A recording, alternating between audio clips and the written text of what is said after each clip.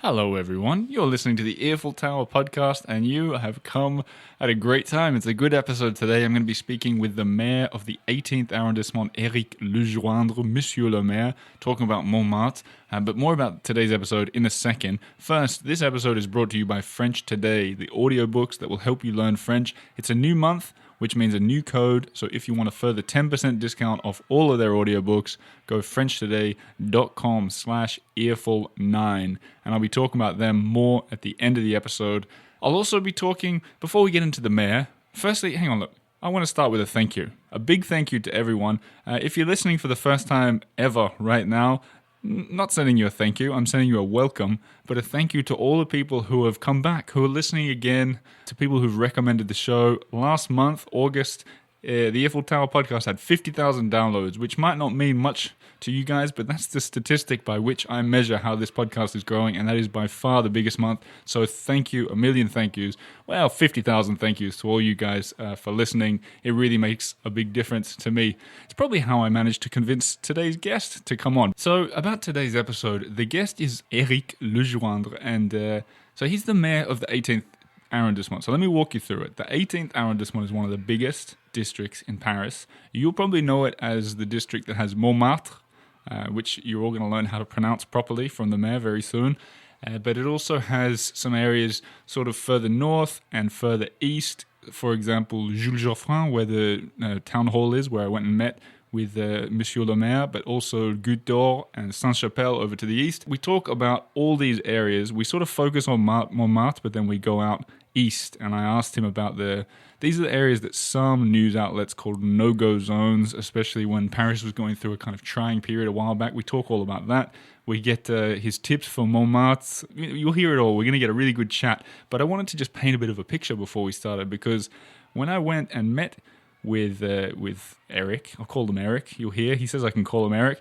We had a great chat in his office, and you'll hear all Paris in the background as we're chatting, because it's right by sort of a bustling section of the 18th arrondissement.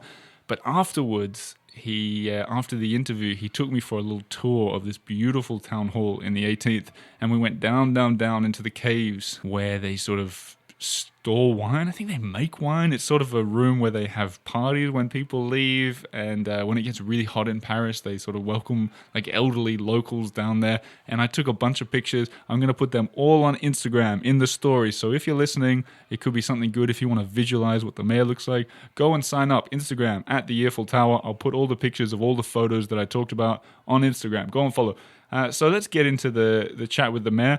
Remember to hang around at the end, because not only will I be doing a little bit about French today, but I'll also be reading some listener mail, some Gmail as I call it, and you're going to hear we had a complaint from a very regular listener who has taken issue with one of the words that I've been regularly using, and we're going to have to dissect that one a little bit, but get comfortable. This is a bit of a longer chat because, it's not every day you sit down with the mayor in Paris. So here we go, the Eiffel Tower. You're listening to the Eiffel Tower. This is the mayor of the 18th arrondissement, Eric Lejoindre. Let's get into it. Welcome, Monsieur le Maire.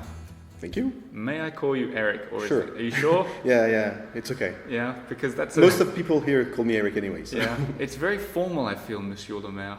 It's a bit, and I'm not that formal. No? In France, politicians usually are formal, but I'm too young to be formal.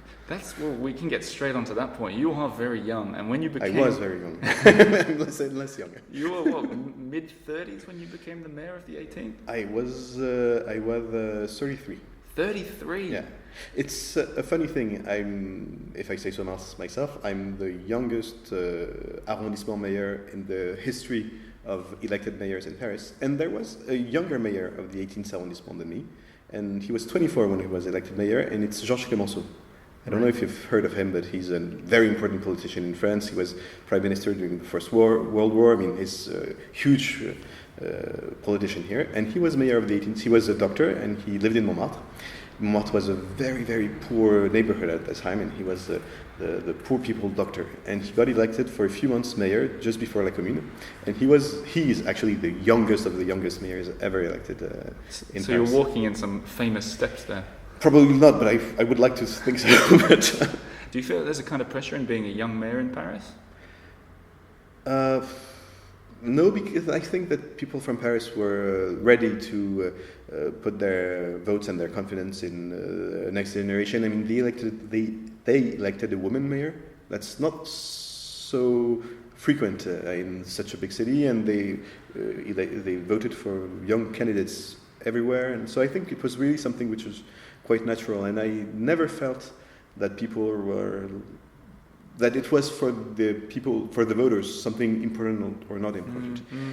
What's sometimes more difficult is that when you're young and you're in a meeting with engineers who are 60 years old and who know lots of things, and you have to be able to assert a bit yourself. But for the people, for the voters and for the people we work with, it's not an issue, and I think Paris is a city which was really, really, really ready to. I mean, they voted for Bertrand Delanoë. Nobody knew him. They voted for a woman mayor of Paris, so I think it's something completely natural. I've heard a lot about Bertrand. How do you say it? Bertrand Delanoë? Bertrand Delanoë. Well, it's a tough. He was elected in the 18th arrondissement. Oh, really? And not to mention the president of France, who was the youngest. Was it the youngest since Napoleon to be the? Probably, something like that. I don't know, but yeah, probably. Right. But let's. He's 39. He was 39. 39. Isn't that crazy? It makes me feel. Maybe not for you, saying you started young as well. For me, I feel like I've got a long way to go before I become the president of any country. But it's true in many countries in Europe, actually. I mean, in Austria, Austria, yeah. In Austria. In Spain, he's quite young too. Yeah. And it's more and more frequent. It's not trend. That frequent. It's a trend. It's happening more and more. And in Canada. True. Trudeau, you might say.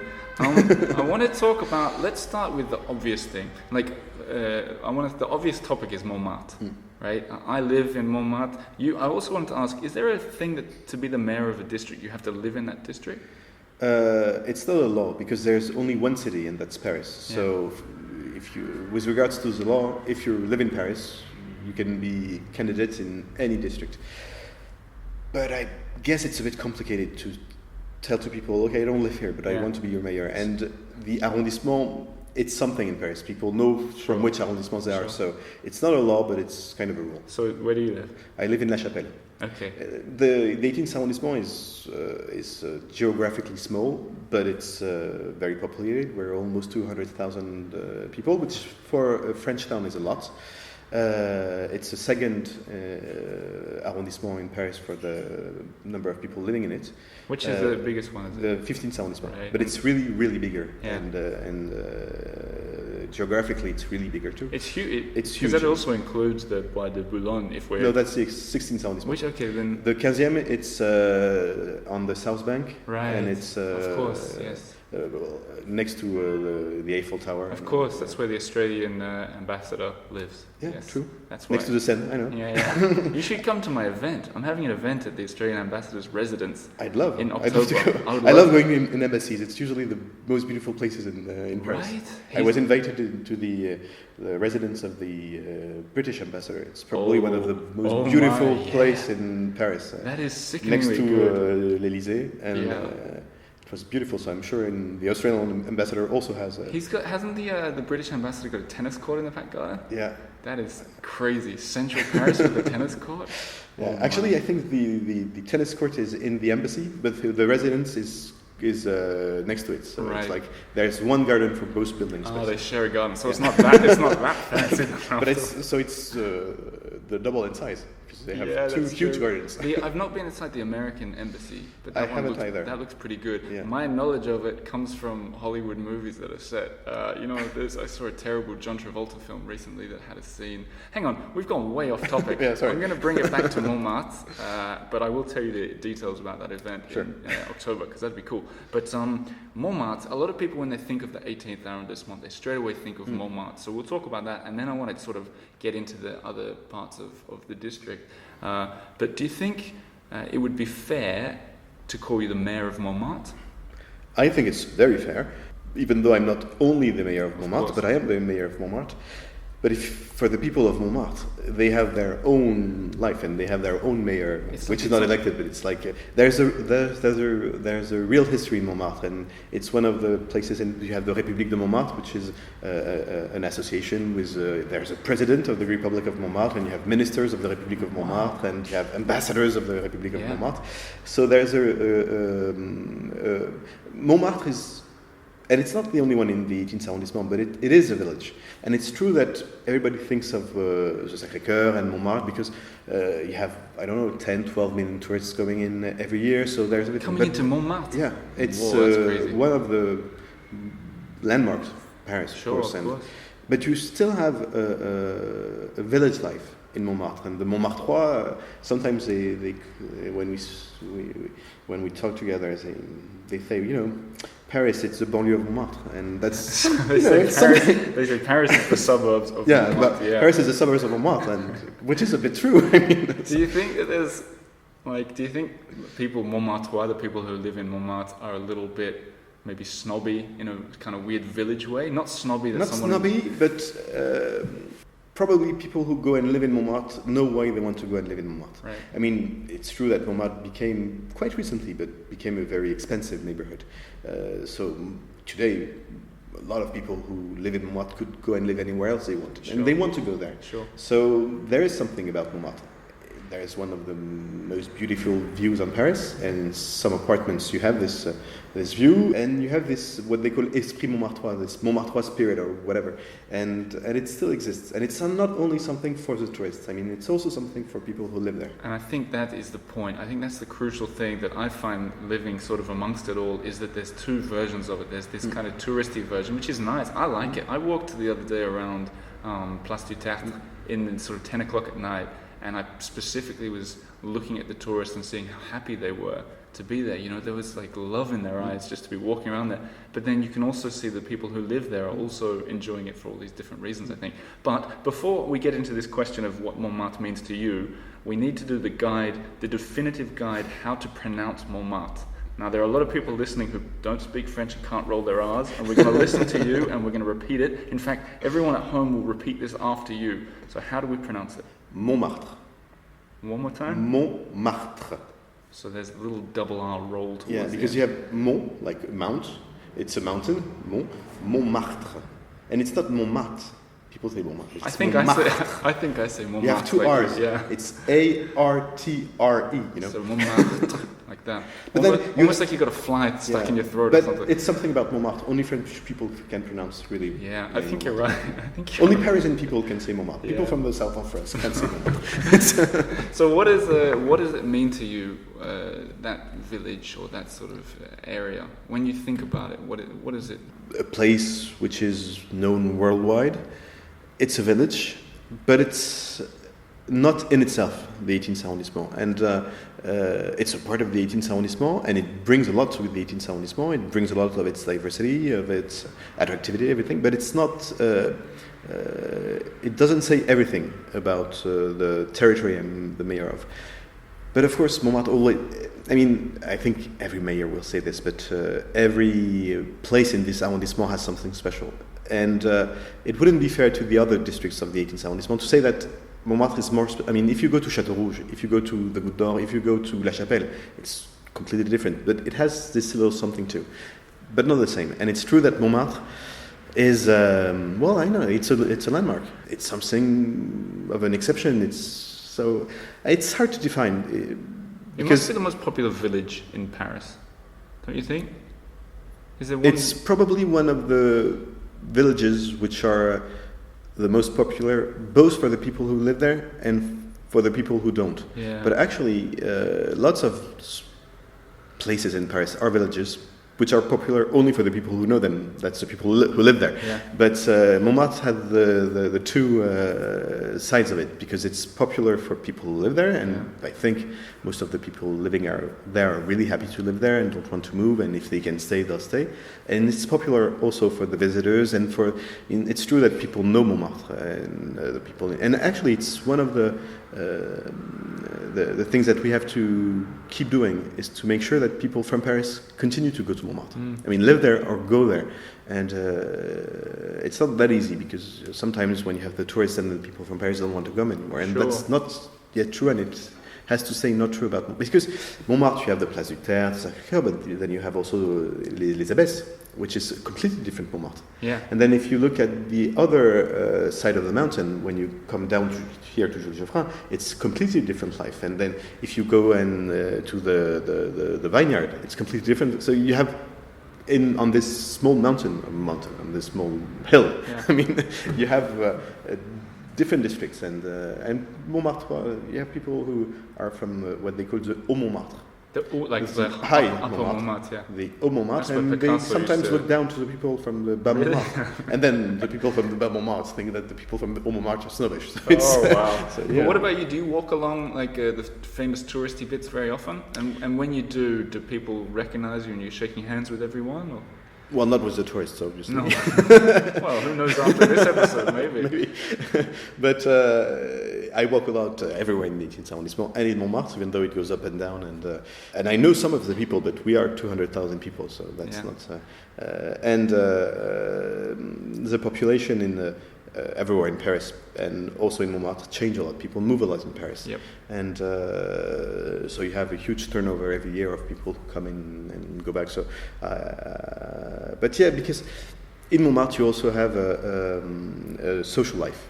People who live there, they participate in many events. Some are open, some aren't, and so they know each other. Yeah. And so you actually, if you go live in Montmartre and you get into those communities, you meet lots and lots and lots of people real fast. Yeah. What about I recently ranked Rue des Abbesses as the best street in Paris.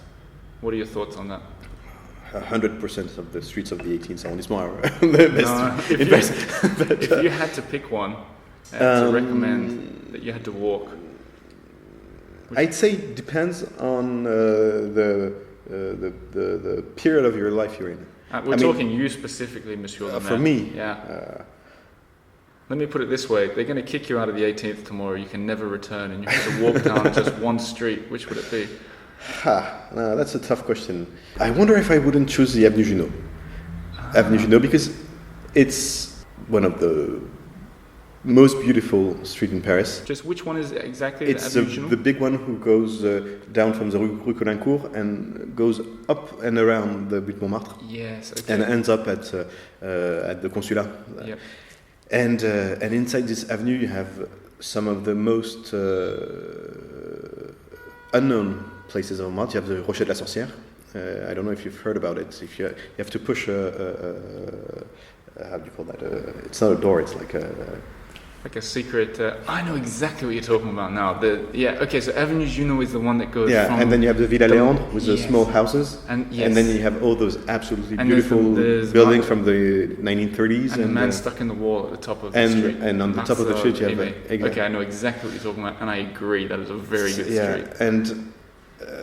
But I would maybe also go Rue Mira. You know Rue Mira? No. Rue Mira, it's in La Goutte d'Or. How do you spell Mira? MyRha. Okay. And I would go there because it's probably was 10 years ago one of the worst possible street in the 18th arrondissement, and that says a lot. That says what it is. And it was completely transformed, and you have absolutely great new designers who came in, and you have such a and it's. If I go Avenue Junot, it's because it's beautiful, it's preserved, it's calm, it's green and everything. If I go Rue Mira, it's because I would want to see what you can change in a city and what can change in a city. And because in the 18th arrondissement, you have things which must not change because they're landmarks, and then you have all that's moving. And I wonder if I wouldn't prefer to go to, if I had one street, to see what can change in a good way. I could go in lots of places which change not in such a good way, but I would enjoy those. I think because you're the mayor, I can allow you to have two streets rather than one. Usually I'd be a bit stricter on that. But before we get out of Montmartre and around the rest of the district, I wanted to ask you, have you tasted the wine from the vineyard that you mentioned before? Every year since I'm elected. Okay, now you have to be honest with me. I've heard it's not very good. It's better and better. That's a very diplomatic answer. I don't know if there's a word in English for it, but in French, you say that some wines are what we call the vin de garde, which means that it's wines that you have to keep before you drink them. Right. Because they get better and better every year. And I say that I usually say that the Montmartre wine is not a vin de garde, but it's a vin de collection. It's something you collect. Yeah, it's like a collector's item, yeah. And it is. I mean, most people who buy the wine don't buy it just to drink it. They buy it because the bottle is fun and because it's a tradition. But you don't have to buy it to absolutely drink it. But I mean, why do they put the wine in the bottle then? Couldn't they just have an empty bottle? No, but because because it's France and everything that has to do something with wine is important, and because it used to be a wine that people actually drank. You had lots of wine which were produced in Ile-de-France a long time ago, people drank more wine than water. Also because water was sometimes dangerous. They didn't have the means to conserve it and everything.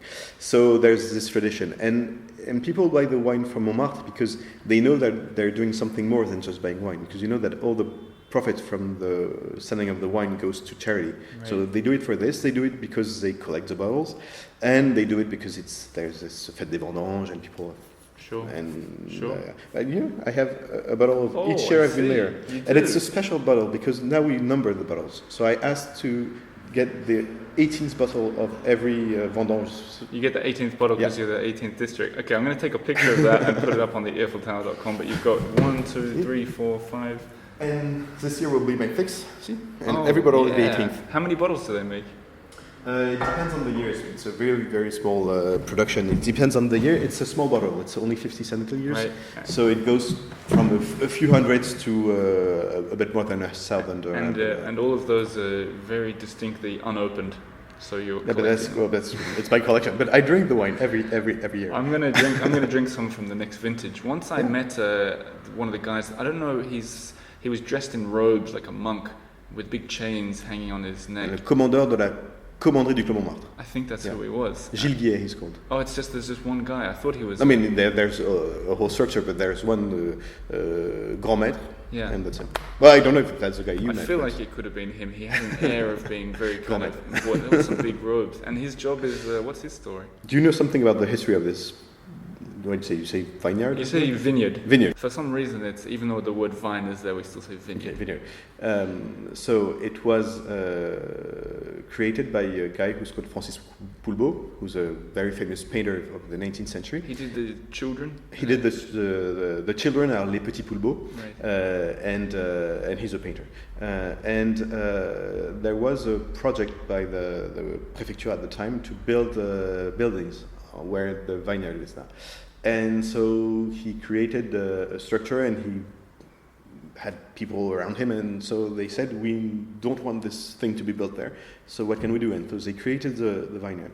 And from the very start, they started making wine because it was a vineyard. And from the very, very start, they decided that all the money they would make from the wine would be going to charity. And that's still the case now. So we own the vineyard, right? Yeah. And so the city of Paris produces the grapes. Then the grapes are given by the city of Paris to an association which is called the COFAS, Comité des Fêtes et d'Action Sociale de Montmartre, and they do the wine. And then they sell the wine, and all the money they get from the wine, they put into charity. So usually they offer dinners in restaurants for the elderly during Christmas time, and things for the children. So that's how the things goes. And then around this, you have a few very old and famous structures in the 18th arrondissement in Montmartre. You have at least two. You have the République of Montmartre, which was also created by Francis Poulbeau, and which is traditionally one of the actors of this history of the wine. And you have the Commanderie du Clos Montmartre, because we're in France, we always have villages going ones against the others and stuff, which also has a part in everything. So they don't really have a part officially anymore, but it's like, when we do the Fête des Vendanges in the months of October, both are here, and they organize it with us. It's like it's traditionally it's their thing. Now it's true that it's a bit different, but and so you have both of them, and they contribute to this COFAS and to all the charity which is done thanks to the wine. Interesting little place down there, by the sounds. Yeah, it's a bit complicated, but it's Speaking of interesting places, we need to talk about this very building we're in, because it's a very beautiful town hall. I think so too.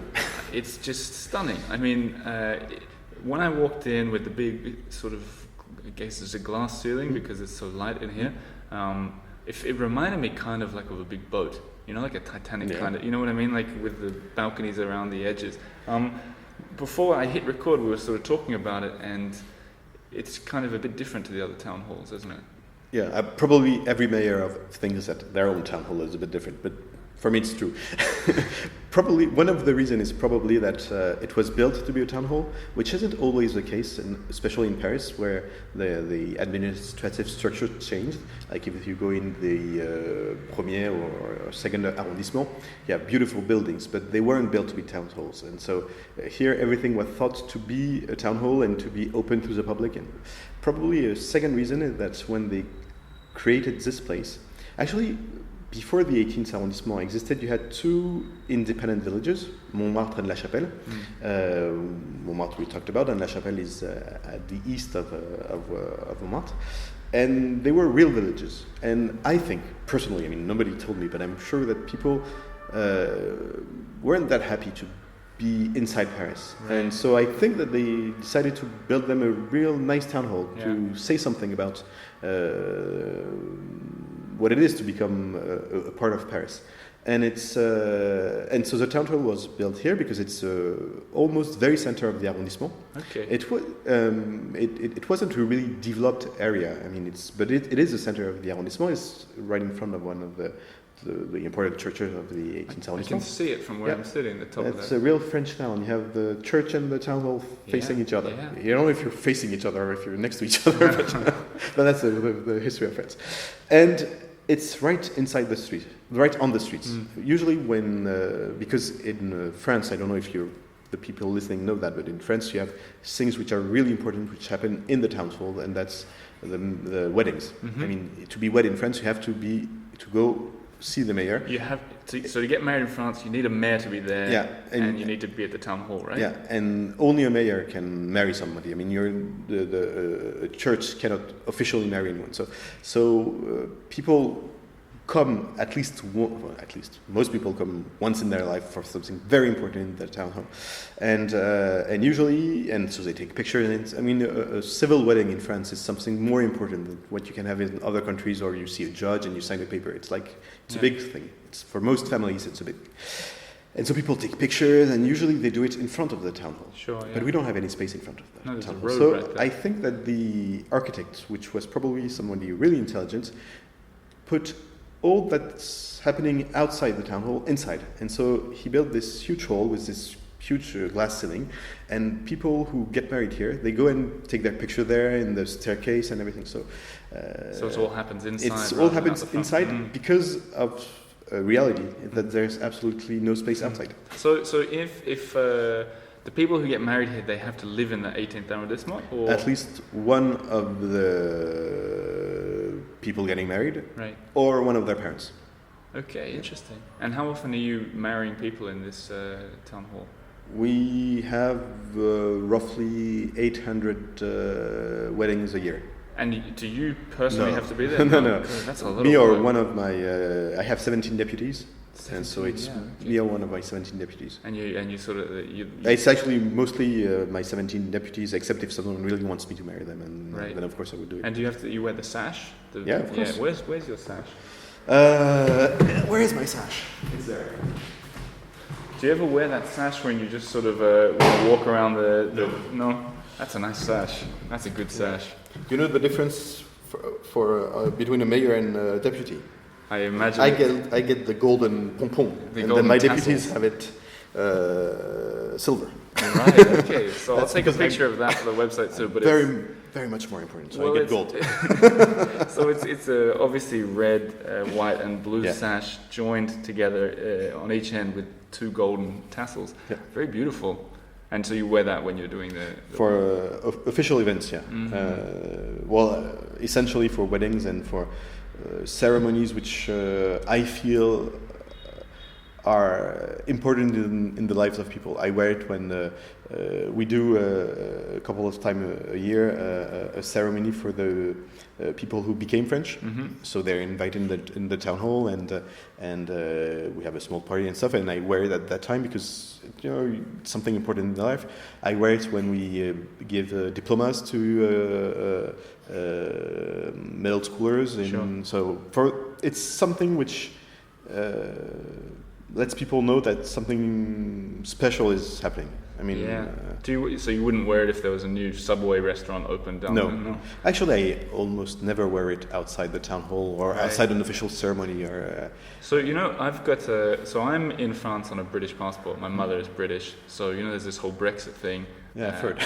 Yeah, me too. So I've been talking about on the show recently. There's a chance I'll become French because I've been here for 4.5 years. Last ceremony we had just at the beginning of the summer, we had 2 Australians. Really? Yeah. So if I become French, would I have to go to a ceremony here in the 18th arrondissement? You don't have to, but if you live here, you'll have to go to the préfecture because the state gives you the nationality, and you'll be invited by the préfet, and you'll have a ceremony there and everything, and they'll give you your papers and stuff, and then you'll be invited, at least if you live in the 18th arrondissement, here at the town hall, because I feel it's something special, and I think it's important that local authorities also celebrate something which is some kind of a celebration. Yeah, it's one of the best best ceremony we have here. Yeah, because people come and usually come with their friends or their family. It's a big deal. It's a big deal. If I were to do it, because I might.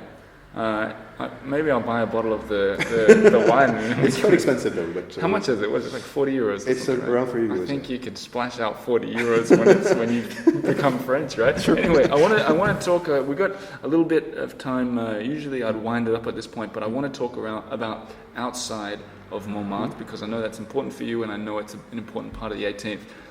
When people think of the 18th arrondissement, they all think of Montmartre. You've mentioned La Chapelle and Goutte d'Or. Now, a couple of years ago in the press, people was using the word no-go zones to talk about. Well, in the press or in Fox News, I don't remember. Probably more in Fox News than in the press. It was Fox News, wasn't it? Yes, it was Fox News. So in maybe Daily Mail as well in the UK. Yeah, probably. Yeah. So a few channels called some parts a no-go zone. Everyone in France sort of laughed it off and said this is ridiculous. But how do you respond to that kind of stuff? What is true is that in the 18th arrondissement you have places which are more difficult, more insecure than others, and that's a reality. I mean, what's specific about the 18th arrondissement, probably compared to the 20 other districts of Paris, is that we have in the same district almost everything that exists in Paris. I mean, if you take out the Seine, which we don't have, we have all the rest. I mean, if you can live in the 18th arrondissement and feel like you live in the 7th arrondissement, which is one of the poshest places in Paris, and you can live as if you lived in the 20th arrondissement, which is one of the poorest of Paris. And that's what also makes the 18th arrondissement so special and so interesting. I mean, you cross the street and you change completely the world you're in. So it is true that you have places which are more insecure, and it's true that you have places which are more difficult, and it's true that you have places which are poorer, and it's true that you have places which are richer. And but you nowhere, and actually it's true of any territory. I mean, the idea that there could be a no-go zone where people live in, it's completely absurd. I mean, people live in there. They go there. And most of them are no way there. I mean, I live in one of the Fox News no-go zone with my wife and my 3 children. Yeah. You know? And we live there. And so when you have people telling you live in a no-go zone, you're like, well, it's not no-go, I go. And you have to be able, if you're a journalist or if you're a politician or if you're a citizen, to see the positive things of everywhere. I mean, in those no-go zones, you have probably the more dense cultural life in the 18th arrondissement. You have all the new shops aren't those popular because it's less expensive to put your shop there. So you What go kind there. of shops do you mean? Well, yeah, one of the really good examples is you have in the whole of Paris, 2 years and then 1 year ago, you have two, you should go there once, two young entrepreneurs who decided to create what we call laiterie. So they actually make cheese. So today, in Paris, you have two places where you can go buy cheese which were made inside the shop. And those two places are one Rue des Poissonniers in La Goutte d'Or and the other Rue Philippe de Girard in La Chapelle, which are considered like the worst places possible in the 18th arrondissement. And that's where they decided to put their shops. And I mean, they have queues. Really? I mean, it's Paris. People are really happy to go and buy the cheese of Paris. Sure. And it works. And they create jobs. And they chose to go in another group of young entrepreneurs had a great idea. And so they created in Paris one of the, probably the first underground farm. So now you can buy in Paris, I'll find the word, promise, the champignon, how do you say champignon? Mushrooms. The mushrooms, which are grown in Paris. And they chose Porte de la Chapelle to Wow. put their thing, because it was probably less expensive and for different reasons. What are they just growing it like in a cave, like in a? Yeah, underground? and no, actually, there was parking spots, and it was really complicated because you had people dealing drugs and stuff inside those parking spaces. And I actually asked the company which owns the building to close those parking spaces because nobody has a car anymore in Paris. Well, so it was all empty, and I told them you should put all the cars that still need parking spaces in one level and then close all the others. So they did it, and then they thought, well, what can we do with all that free space? And so they said, whoever has an idea for all those free space, you get it. And so those guys came in, Cool. and they said, well, you have free space and we want to have our mushroom farm, and That's here it is. cool. I like And it's really nice, and that's possible only in those no-go zones because it's less expensive, because we can test things. I mean, if you go to Montmartre and you have parking spaces, it's really needed because people have cars, and so that's what's happening in those districts. And one of the things which is important to me as a mayor here is that people who come to Montmartre because they want to see the Sacré-Cœur, and it's really great that they do, they get a chance, if they want to have information or to visit other districts of the 18th arrondissement. I mean, you can walk anywhere here. And I mean, they can be in Little Africa in walking 10 minutes, and then and all those. They call it Little Africa. I call it Little Africa, okay. but I probably shouldn't because. But it's true. I mean, if you want to buy African products, you come in the 18th arrondissement. Yeah. And it's also interesting. It's a different way of life. It's different things, but it's and it's part of our history too. Yeah. And you have but actually, to be true, it's not only Fox News who speak about no-go zones. Lots of politicians do it too, and I think it's a great lack of respect for the people who actually live there. Yeah. I mean, it's true in Paris, but it's true anywhere else in the world. I lived in New York, and everybody was speaking of the Bronx. I mean, people live there. Yeah. I mean, Yeah. what do you say to those guys? You live in no-go zone? Like you're not worth anything? It's really, well, anyway. I think the only no-go zone in Paris, right? You know how in New York they have Soho is south of Houston Street? Soho. I think no-go is like north of Goncourt. Yeah, sure. That's the only no-go zone. You know in that Paris. we have a Sopi now? Yeah, it's south of Pigalle, right? I heard about that. Although I asked... That's the ninth arrondissement. That's It's not the right. 18th. You shouldn't even be talking about that. I asked the supermodel Caroline de Maigret on this show, and she said only tourists say Soapy, and French people never do that. Parisians don't. Yeah. French people probably do. French I mean, you have people- lots. I'm sure that most of the tourists in Paris are French anyway. So. Yeah, that's interesting. That's interesting. I want to talk about. We'll start to wrap things up, and I want to do a quick fire round where I'm going to put you on the spot. It's not going to be comfortable for you at all. Quick questions. But first, I just remembered something I've been wanting to ask someone for a long time. You know, around Paris they have those. They call them oars, where there's information board about, at the front of a church. Yep. And it's all in French. Is there a way of putting like a little barcode at the bottom so tourists can scan it and understand as well? I think it's a great idea. Can we do it? Like, I was here with some tourists the other day, and they were looking, and they go, I want to understand what this church is about, but it's in French, and I don't speak French. And I said, well, good idea. It's probably possible, and actually, to tell you the truth, I myself asked the question, and actually, the company which built this thing doesn't own it anymore, whatever. So nobody really knows how this could work. But yeah, there is something to do in Paris and in France with, and probably we'll have a great chance to do it thanks to the Olympics in 2024, about how people are able to, because it's true for the tourists, but it's also true for people who live here. And it's true that in France everything is in French, and it's very important to us that the French language be. Of course. But in today's world, people try. I mean, I lived abroad, and I was really happy not to have to learn every language of every country I've been to. So there's something we have to do, and we have to do it in towns hall too. I mean, here in the 18th arrondissement, you have people from all over the world, and all the information we give is in French. Well, I mean, I think for like this tourist information, when a lot of the tourists are coming here, it's not just about translating it into English. It's about an unobtrusive way that even someone who speaks Arabic or Japanese can just scan. And something. now you can do it thanks to your smartphone. Yeah.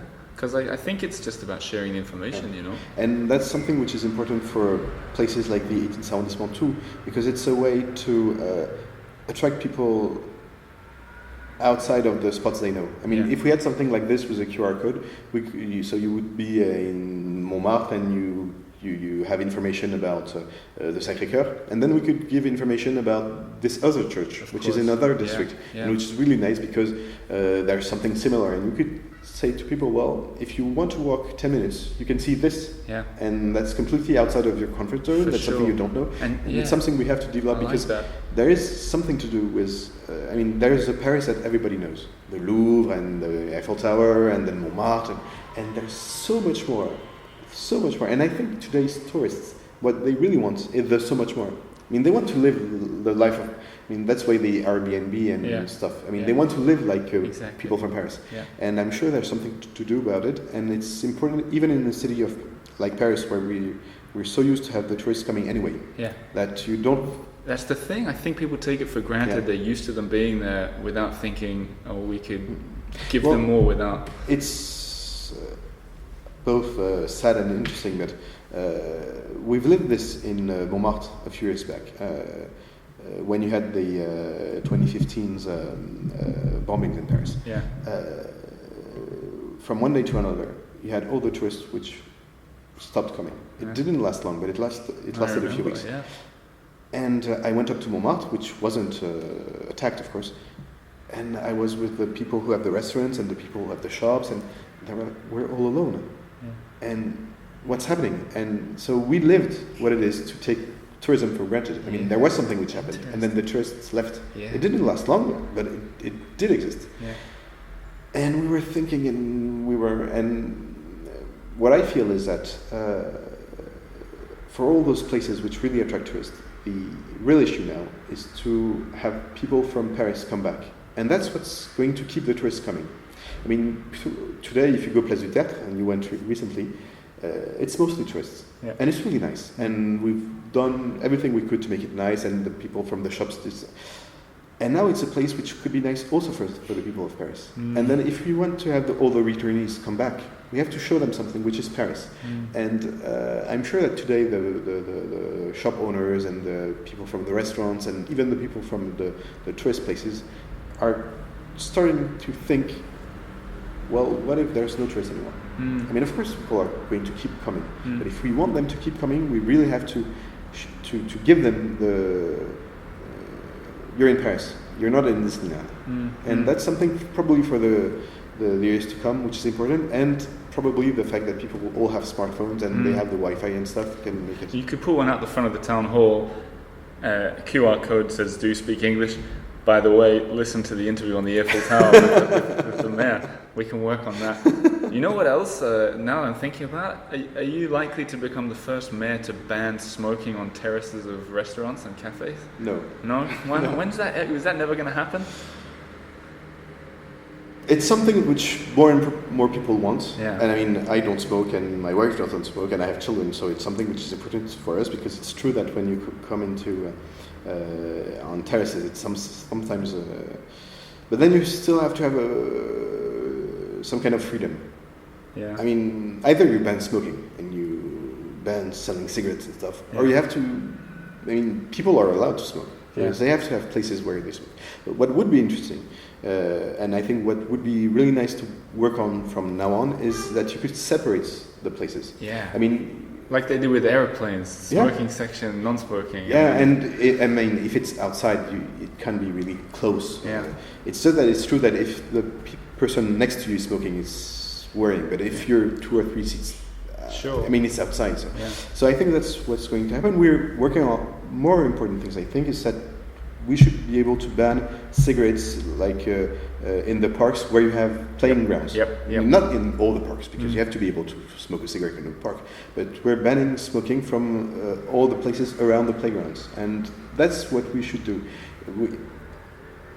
Either we think that people are going to stop smoking, and then you forbid everything, and then lucky you if you are able to enforce that. Or you find places and you organize things, and I think that's more interesting. And I understand that people who smoke, they need to have places where they can smoke. There may be less and less people who smoke, but there still are a great number of them. All right, we'll watch that space. But now we have to finish on the quick fire round. So I'm going to ask you 4 or 5 questions. You're not really allowed to even think. Okay? You ready? Sure. Okay, first question. Besides this one, which is your favorite town hall to look at in Paris? It was a Paris town hall. Yes. The city hall. On the Place de l'Hôtel de Ville. And, so the main big one. The main big one. Yeah, okay. Well, and then maybe the second one is the third arrondissement's town hall. The one by the park there? Yeah, that's a nice one too. It's really nice. And it's really clean. It feels like they've hosed it down recently. Okay, you're talking to people who love Paris out here. Recommend them a restaurant to go to in the 18th. If they really like great food and something which really special, they should go to Ken Kawasaki, Rue Colincourt, 1 Michelin star restaurant, Japanese chef, doing not really Japanese food, and it's really small, so you have to go now because he's probably going to get a bigger place and everything. Right. So if you really like special food, you should go there. If you want a real Parisien experience and something a bit different, you should go to the Brasserie Barbès, which is really like the Parisian brasserie with the brasserie food and something which is really typical, and you'll see a completely different part of Paris, a completely different Paris, but very, very Parisian. And they've got like a kind of rooftop almost. And they have a splendid rooftop. Yeah, I went in there just and for a then look the other day. If you want to really go to have the real busy Parisian experience, you could go to the Bouillon Pigalle. Oh yeah, right. You've been there? Yeah. And it's really nice too, and it's really cheap. Yeah. There's a long queue to go in. But then if you want, what's great about the 18th arrondissement is you can have absolutely everything. I mean, you have great restaurants from any type. So you're just saying every single restaurant here. So I have to stop you. Okay, we'll do one more question, okay? It's going to be tough, and I'm sorry. But if it's your last day in Paris, okay, you're leaving Paris for good, and the authorities, which is you say you have to spend your whole last day in one arrondissement of Paris, but not the 18th. Where would you go, and how would you spend your day?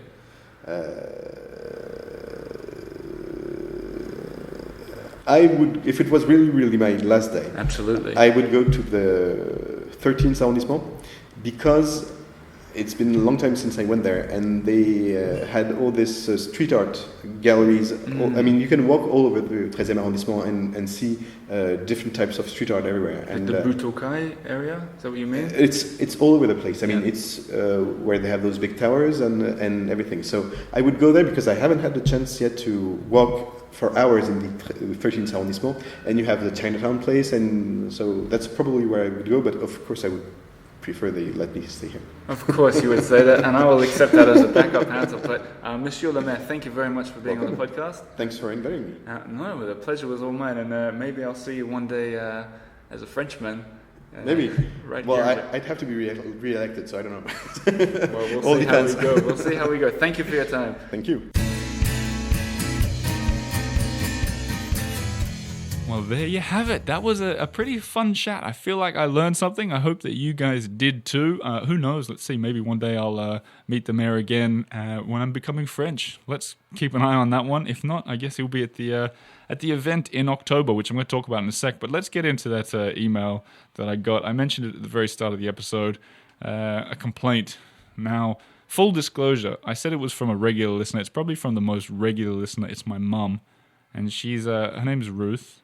And she sent in a message. She sent in a message to my private email address, which I thought was a bit much. But hey, the headline of the email, bilingual episode. And she writes, now I should tell you, my mum is a British woman. I wouldn't say she's posh or anything. She's a lovely woman. She's just kind of a normal British woman that's lived in Australia for a long time. But here she takes issue with something I've done. She writes, so bilingual episode. Should I do her accent? No, she'll kill me. She said, I enjoyed it. But I wish you wouldn't keep saying kid. It's child. Honestly, with an exclamation mark. No sign off, no love your show, anything like that. Didn't tell me where she listens. Just takes issue. So, firstly, apologies, Mum, for using the word kid. I didn't know it was a word that we weren't allowed to use. I thought everyone said kid.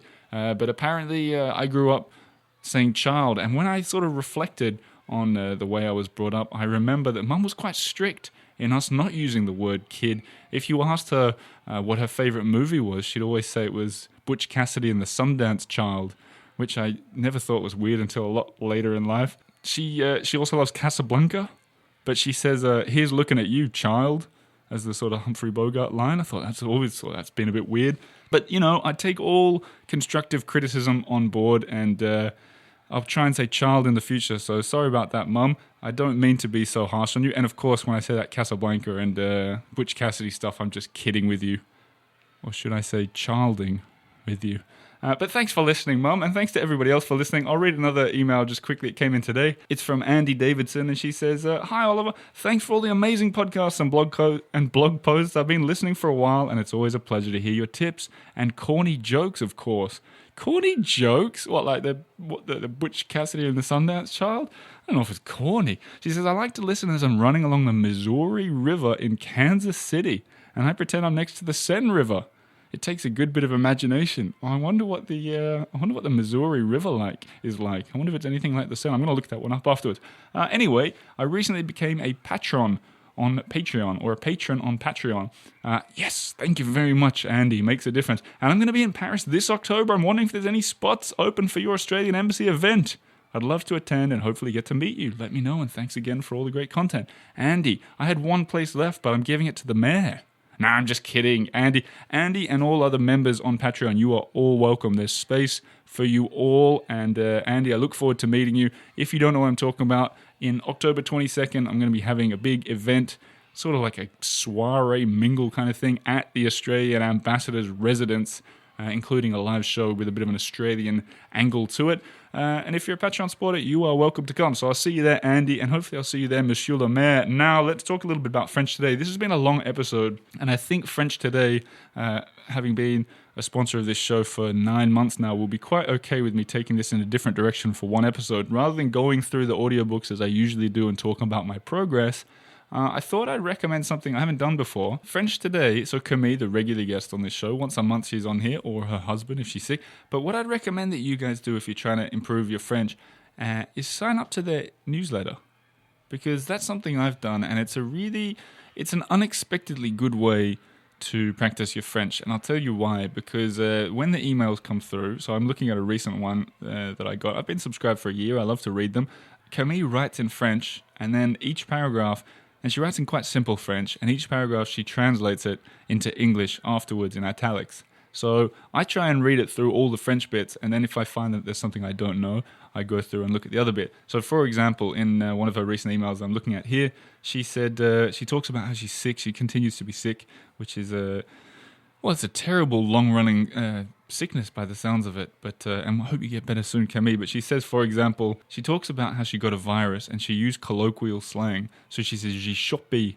And then in the translation underneath it says, 5 weeks ago I caught, in brackets, chopé is colloquial slang to catch. So I learned something new just from the first paragraph of the email. Horribly, though, she caught a respiratory virus that's causing heavy coughing that turned into asthma. That took a serious turn, but look, the point is it's a good way to learn French as well as to read just in your email a sort of ongoing story. She talks about her life. She talks a bit about like all sorts of things, you know. It's not just about how she's doing, what's going on, you know, like life. It's a regular email in French. So I'd recommend everybody to go and subscribe to that, especially if you haven't bought the audiobooks or you're thinking about it. It's a good way to get a sort of taste of it. And you can find this newsletter on French Today. It's pretty easy to find. I'll put a link to it in the show notes, but frenchtoday.com/earful9. Have a look around, get in on the audiobooks, learn French, and hey, maybe if I meet you in October, we can speak French together. Anyway, that's it for now. Thank you to all the Patreon supporters. You are the ones who help make this happen. Thanks to French Today for sponsoring the show. And thanks to the Town Hall of the 18th for having me for such a lovely visit. Merci beaucoup. Another episode coming soon. Have a lovely week.